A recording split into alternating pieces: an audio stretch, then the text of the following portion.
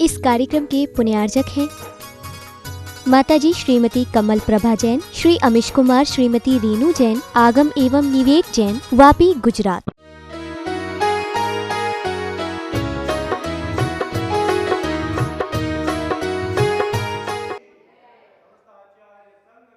ये नात्मा बुद्धितात्मेव परत्वे नैव चापरम अक्षयानंत बोधाय तस्मै सिद्धात्मने नमः।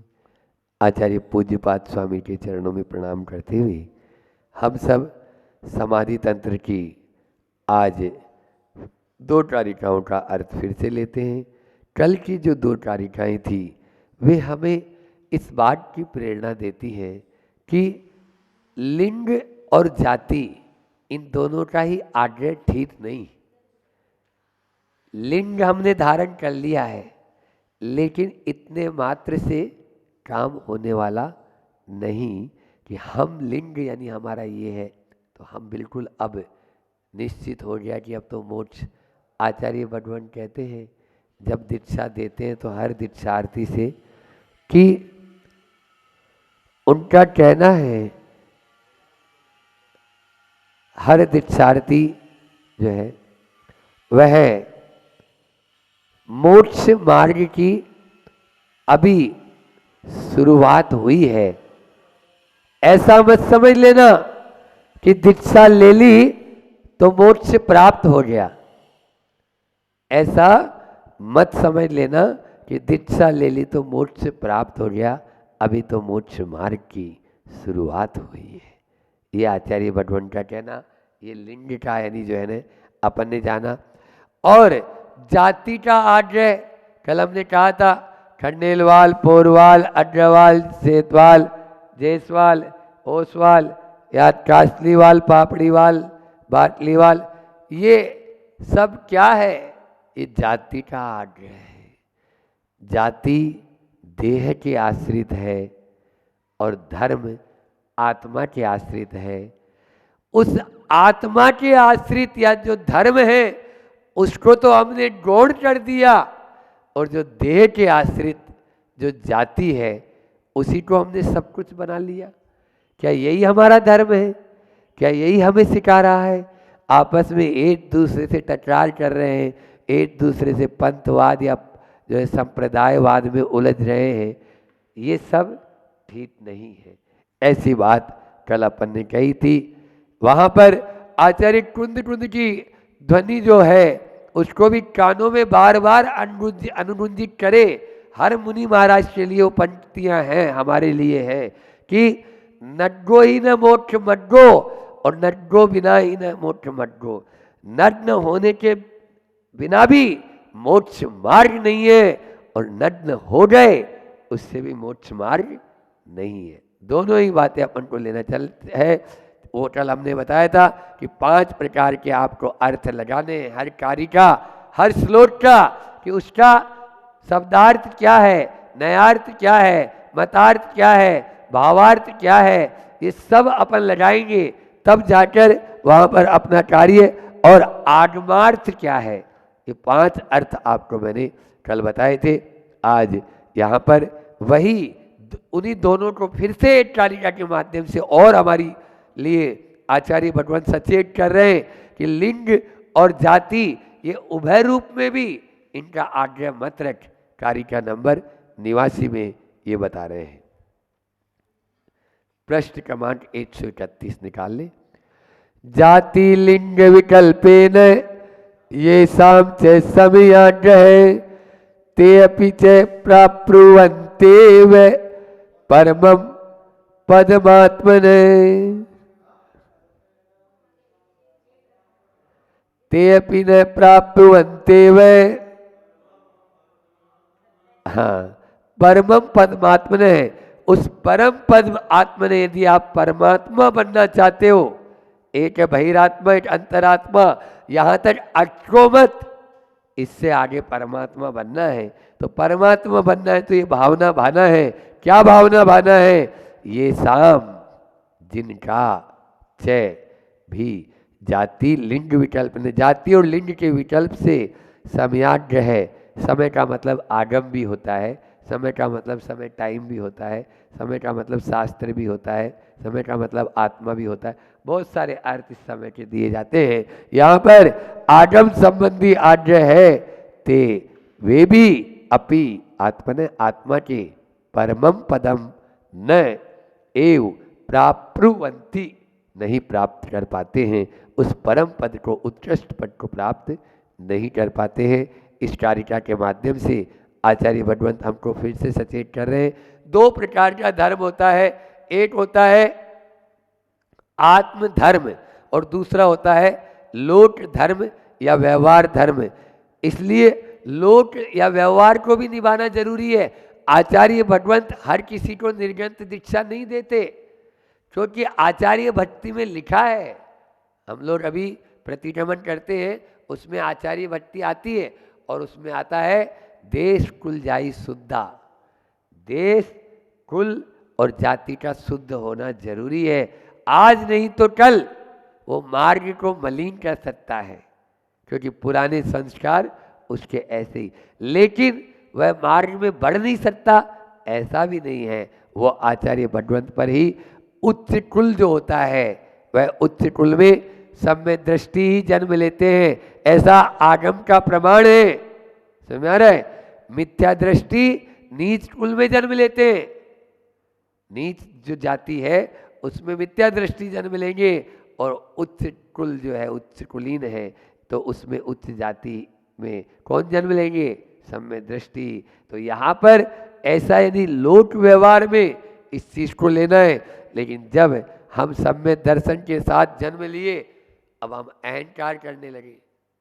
एक भजन ही बना रखा है लोगों ने, हम जैन कुल में जन्म लिए अभिमान करो रे। तो अभिमान काय का अभिमान कर रहा है तू?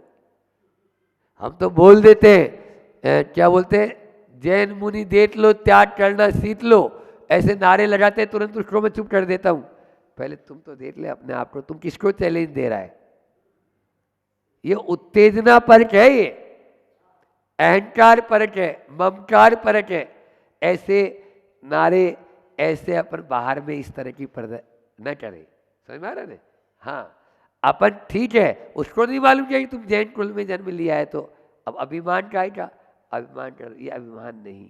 हाँ, इसको तो गड़बड़ हो जाएगा। तो अहंकार अभिमान से हमें बचने का मार्ग यहाँ पर सिखाया जा रहा है कि नहीं, हम उच्च कुल में भी जन्म लिए हैं, तो उच्च कुलीन यदि हीन आचरण करेगा तो वह नीच कुलीन नहीं हो जाएगा। उच्च गोत्र और नीच गोत्र के बंधन के कारण बताए वहाँ पर, अपनी प्रशंसा करना, दूसरों के ऊपर झूठे आरोप लगाना, ये है नहीं है? तो बोलो, तो ये अपना आप ही तो वो उच्च गोत्र में जन्म लिया है और वो नीचे कार्य कर रहा है। तो यही यहाँ पर बता रहे हैं कि आप उस जाति और लिंग का कभी भी अभिमान, अहंकार, आग्रह मत करो, जिससे कि आप वापस बैक टू पवेलियन वही मत पहुंच जाए। हाँ, जहाँ से आए थे अपन ने अभिमान नहीं किया तब तो यहाँ तक पहुँचे, अब यहाँ आकर फिर से यदि अपन करें, स्वाभिमान अलग चीज है, ठीक है ना? स्वाभिमान के लिए हो है कोई यहाँ पर बैठा हुआ, नहीं रात में पानी नहीं पीऊंगा, ये मेरा स्वाभिमान है, क्योंकि भगवान महावीर की वाणी को मैं झुटला नहीं सकता।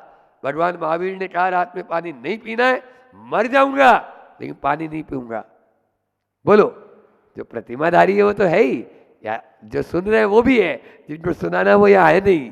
समझ में आ रहे सब है। आज जो मुझे लगता है आज तो सब सफेद वाले ही सब है, और सब ब्रह्मचारी है, पूरी सफाई, बहुत बढ़िया। तो ऐसी होती है।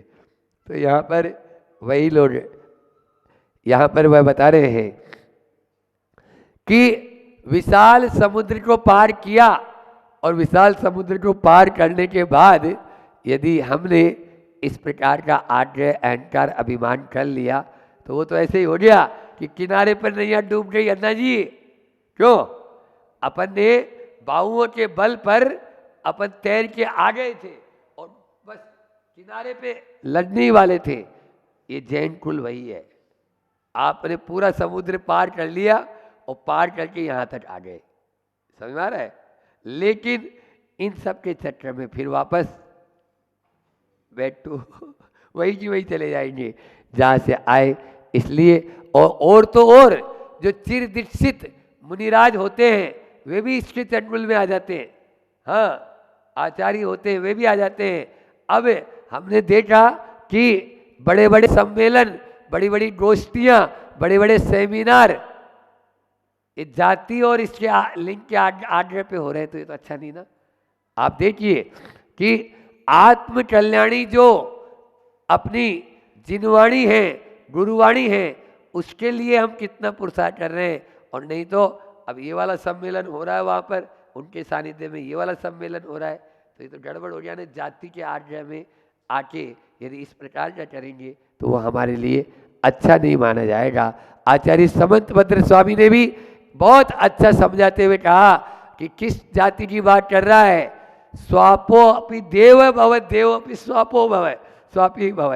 वह कुत्ता देव हो जाता है और देव एक इंद्रिय में, बोलो ये है देव एक इंद्रिय भया, पूजा में पढ़ते हैं ना अपन। हाँ, तो एक इंद्रिय में जो है वह उत्पन्न हो जाता है। यह मोह की पराकाष्ठा है, आग्रह अहंकार की पराकाष्ठा है। आगे आचार्य भगवान कह रहे हैं यत्यागाय निवर्तन्ते भोगेभ्यो यद वाप्तये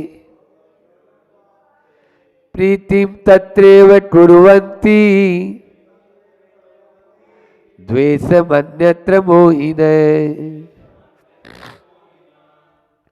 यद त्यागाय, जिस शरीर आदि के त्याग के लिए, यद अवाप्तये, जिस परम पद को प्राप्त करना, अवाप्त यानी प्राप्त करना चाहता है, उसके लिए भोगेभ्य है, भोगों से जीव निवर्तन्ते, दूर हटते हैं।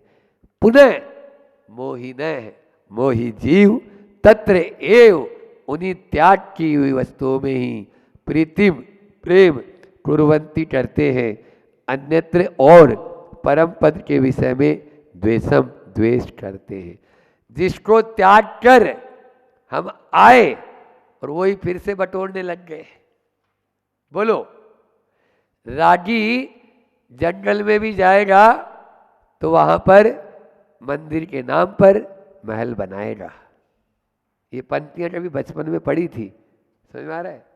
रागी जंगल में भी जाएगा तो मंदिर के नाम पर महल बनाएगा। यही स्थिति होती है।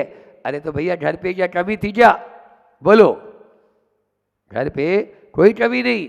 आज की तारीख में हम लोग जितने भी गुरु जी के, गुरुदेव के शिष्य, गुरु जी तो यही बोलते हैं कि यहाँ पर यह विचित्र रूपा खलु चित्त व्रता, ऐसा कहा गया है कि निश्चय से इन प्राणियों की यह विचित्र स्थिति है, विचित्र स्थिति। और आप देखिए कि जिस वस्तु का हमने त्याग कर दिया है, परीक्षा तुरंत चालू हो जाती है। जैसे ही आप त्याग करोगे, त्याग नहीं करोगे तब तक परीक्षा भी चालू नहीं होती। त्याग करेंगे ना, उसी दिन से आपकी परीक्षा चालू हो जाएगी। अब परीक्षा चालू हो जाएगी तो आप क्या करेंगे? इधर उधर किनारे करेंगे। तो बोलते आया था फिर वापस वहीं जाना है क्या? समझ में आ रहा है? तो यह दीक्षा के समय सब कुछ छोड़ा और महाव्रतों को अंगीकार किया, वह पूर्ण रूप से अहिंसा धर्म का पालन करने के लिए। लेकिन अभी जैसे मैंने बताया ना, समुद्र से निकला और गोखुर में डूबा। गोखुर जानते हो? गाय के जो खुर होते हैं, उन गाय के खुर में जितना पानी आता है वो उसी में ही डूब गया। वहां से तो निकल गया था, लेकिन यहाँ आकर डूबा। तो ये वो पूरा का पूरा छोड़ आया सब कुछ। अच्छा, एक ये भी हमने देखा है, प्रैक्टिकल है ये, सब जानते हैं, हम भी जानते हैं और आप भी जानते हो कि जो संबंध हमको मिले प्रकृति से, उनको छोड़ने में उसको उतना वो जोर नहीं आएगा, आया भी नहीं। लेकिन जो वो खुद बना लेता है, एलोरा वाले कितने अच्छे हैं, अन्ना जी कितने बढ़िया हैं, अब इनको छोड़ने में उसको टाइम लगेगा। समझ आ रहा है? वो उधर याद नहीं कर रहा है, माता पिता को, भाई बहन को, पीछे क्या था, दुकानदारी, अपना जो भी घर बार, उन सबको भूल गया। लेकिन बाद में जो संबंध बनाता है, मोही जीव की परिणति ऐसी हो जाती है, वो उनमें उलझ जाता है और उनमें उलझकर वह अपना अकल्याण कर लेता है। एक होते हैं जन्म से जो संबंध मिले और एक हमने बनाए हुए को छोड़ना, वह बहुत बड़ा यानी जो है ना उसमें उलझ जाता है। तो आचार्यों ने उसी के लिए हिदायत दी है और उसको सावधान किया, खबरदार तू यदि अपनी आत्मा का कल्याण चाहता है, अपनी आत्मा का उत्थान चाहता है, तो इन सब से बचकर रह, तभी तेरा वह आगे बढ़ना मोक्ष मार्ग में आगे हो जाएगा। क्योंकि मोक्ष मार्ग में इतना तो मान के चलो, यहां पर सुविधा मिलने वाली नहीं। हाँ समझ में आ रहा है, सुविधा ही चाहिए तो घर पे जा। यहां पर आया है तो यहां तो पहनने के लिए कपड़ा भी नहीं, रहने के लिए मकान नहीं, खाने के लिए भोजन नहीं। मोक्ष मार्ग में वही आगे बढ़ेगा। अब तुम इसी के पीछे लग गया, तो ये तो छोड़ के आया था ना तुमने फिर वापस उसी को जुटाने में लगा है। तो इसका मतलब ये अज्ञान की पराकाष्ठा है। अज्ञान से हमें बचना है और ज्ञान के प्रकाश में अपनी उस आत्मा का अवलोकन करना है, तभी हम आगे बढ़ सकते हैं। दोनों का पद्यानुवाद बहुत ही अच्छा सुंदर आचार्य भगवान के शब्दों में यहाँ का पद्यानुवाद। फिर आज एक हाइकू भी, क्योंकि 4-5 दिन से हाइकू नहीं ले रहे, तो लोग तो बोलते ही है कि महाराज जी हाइकू का क्या हुआ। अब वो समय ही नहीं बचता है तो हम क्या करें। अभी वैसे भी सूर्यास्त भी जल्दी हो जाता है, इसलिए फिर भी फास्ट करके कर लेते। मैं हूँ दिगंबर अतः शिव मार्ग गामी, कोई नहीं मम सम बुध अग्रगामी। इत्थम प्रमत्त मुनि हो मद धारता है, पाता न मोक्ष पद को वह भूलता है। वह मोक्ष पद को कभी नहीं पाएगा जो इस प्रकार से आपके जाति और लिंग के आज्ञा में फंसेगा। फिर दूसरा है, ज्ञानी सुयोग धरते तपते शिवार्थ, जो दूर है विषय से निज साधनार्थ। जो तो भोगलीन रहता दिन रेन मोही, है त्याग का वह सदा अनिवार्य द्रोही। वह त्याग का तो द्रोही हो गया, जो त्याग चुका था उससे तो द्वेष करने लगता है, और जो त्याग के आ चुका है उससे मोह करने लगता है, उसको प्राप्त करना चाहता है। समझ में आ रहा है। तो त्यागे वे को, ये तो ऐसा ही हो गया। अब आचार्य श्री जी हाइकू के रूप में इसी बात को बोल रहे हैं कि जब पूर्ण हूं, जब पूर्ण हूं, औरों की कोर, और औरों की कोर क्यों कर चाहूं, क्यों कर चाहूं। जब मैं पूर्ण हूं तो औरों की जो ओर है, उसकी जो कोर है, वो क्यों चाहूं, दूसरे की ओर क्यों दृष्टि दूं, औरों की कोर क्यों चाहूं। लेकिन आज के इंसान की स्थिति यही होती है, वो पूर्ण है लेकिन फिर भी बोलते हैं ना, आदमी अपने दुख से ज्यादा दुखी नहीं है, वो दूसरों के सुख से ज्यादा दुखी है। यही हमारी अज्ञानता है। अगर इससे बचना है तो आचार्य पूज्य पाठ की इन कारिकाओं को बार बार हम गुनगुनाते रहें और अपने जीवन को धन्य बनाते रहें। इसी भावना के साथ अहिंसा परमो धर्म की आचार्य गुरुवर विद्यासागर जी महामुनि राज जी की।